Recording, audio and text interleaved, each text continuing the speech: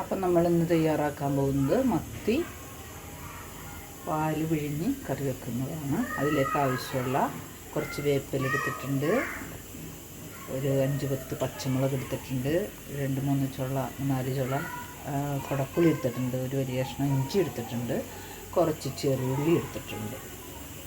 ഇനി നമുക്ക് ഒരു തേങ്ങ എടുക്കാം. ഒരു തേങ്ങ എന്ന് വെച്ചാൽ ആ പാക്കറ്റിലെ ഒരു തേങ്ങ. ഇത്രയും മത്തി നമ്മൾ കഴുകി ക്ലീൻ ചെയ്ത് എടുത്ത് വെച്ചിട്ടുണ്ട്. അപ്പം നമ്മൾ മത്തിക്കറി റെഡിയാക്കാനായിട്ട് കലം അടപ്പത്ത് വെച്ച് കാഞ്ഞ് വരുന്ന അതിലേക്ക് നമുക്ക് കുറച്ച് വെളിച്ചെണ്ണ ഒഴിച്ചു കൊടുക്കാം. നമ്മളിതിലേക്ക് കുറച്ച് വെളിച്ചെണ്ണ ഒഴിച്ചു കൊടുക്കുന്നുണ്ട്. അതിലേക്ക് നമ്മൾ അരിഞ്ഞു വെച്ചിട്ടുള്ള പച്ചമുളക്, ഇഞ്ചി, വേപ്പില, ചെറുള്ളി എല്ലാം ഇട്ട് കൊടുക്കുന്നുണ്ട്. ചെറുള്ളി നമ്മൾ 2ആയിട്ട് വെച്ചിട്ടാണ് ഇട്ടിരിക്കുന്നത്. ഇത് നന്നായിട്ട് നമുക്ക് വാട്ടിയെടുക്കാം. അപ്പം നമ്മളതിലേക്ക് ഉള്ളി നന്നായിട്ട് വാടി വന്നിട്ടുണ്ട്, പച്ചമുളകെല്ലാം വാടി വന്നിട്ടുണ്ട്. അതിലേക്ക് നമ്മൾ ഒരു 3/4 സ്പൂണ് ചെറിയ സ്പൂണ് മഞ്ഞൾപ്പൊടി ഇട്ട് കൊടുക്കുന്നുണ്ട്. ഒരു 2 സ്പൂൺ മുളക് പൊടി ഇട്ട് കൊടുക്കുന്നുണ്ട്. നല്ല മുളക് പൊടിയാണ്, അപ്പോൾ 2 സ്പൂൺ മതിയാകും. നന്നായിട്ട് ഇളക്കി വാടി വരട്ടെ. പൊടി ഇടുമ്പോഴപ്പോഴും സിമ്മിലിടണം. നമുക്ക് കുറച്ച് ഉപ്പിട്ട് കൊടുക്കാം. അപ്പോൾ നമ്മളുടെ പൊടികൾ നന്നായിട്ട് വാടി വന്നിട്ടുണ്ട്.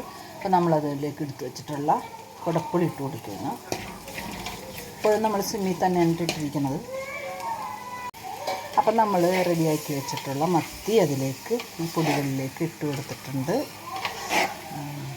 അപ്പോൾ നമുക്ക് പതിയെ ഈ ഇതിൽ ഇങ്ങനെ കിടന്നതാവട്ടെ. ലേശം നേരം ഈ പൊടിയിലൊന്ന് കിടന്ന് ഒന്ന് പതിയൊക്കെ തിളച്ച് ഒന്ന് റെഡിയാവട്ടെ. മുടിയൊക്കെ ഇടുന്നുണ്ട്. അപ്പോൾ മത്തി അതിൽ കിടന്നൊന്ന് ഇതായിട്ടുണ്ട്. ഇനി നമുക്ക് അതിലേക്ക് കടയൊന്നും ചെയ്യരുത്.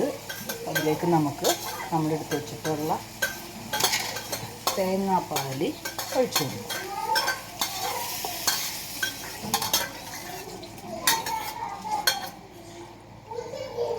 ഒരു കപ്പ് തേങ്ങാപ്പാലാണ് നമ്മൾ എടുത്തിട്ടുണ്ടായത്. അപ്പോൾ അത് ഒഴിച്ചു കൊടുത്തിട്ടുണ്ട്.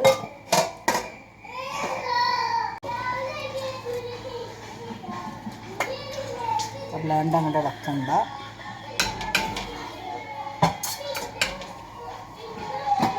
നമ്മളെപ്പോഴും പറയണ പോലെ ഒരു കോലതിൻ്റെ മേലെ വയ്ക്കുക, എന്നിട്ട് പാത്രം അടച്ച് വെക്കാം. തിളച്ച് പുറത്തേക്ക് പോകാതിരിക്കാൻ വേണ്ടിയാണ് അങ്ങനെ ചെയ്യുന്നത്.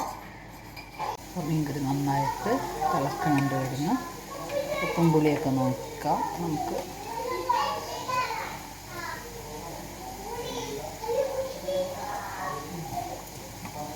കുഴപ്പമില്ല, നന്നായിട്ട് ഉപ്പും പുളിയൊക്കെ ഉണ്ട്. നമുക്ക് ഇനി അത് കിടന്നൊന്ന് പറ്റട്ടെ. അപ്പോൾ നമ്മളുടെ മത്തിക്കറി റെഡി ആയിട്ടുണ്ട്. എല്ലാവരും ട്രൈ ചെയ്ത് നോക്കാം.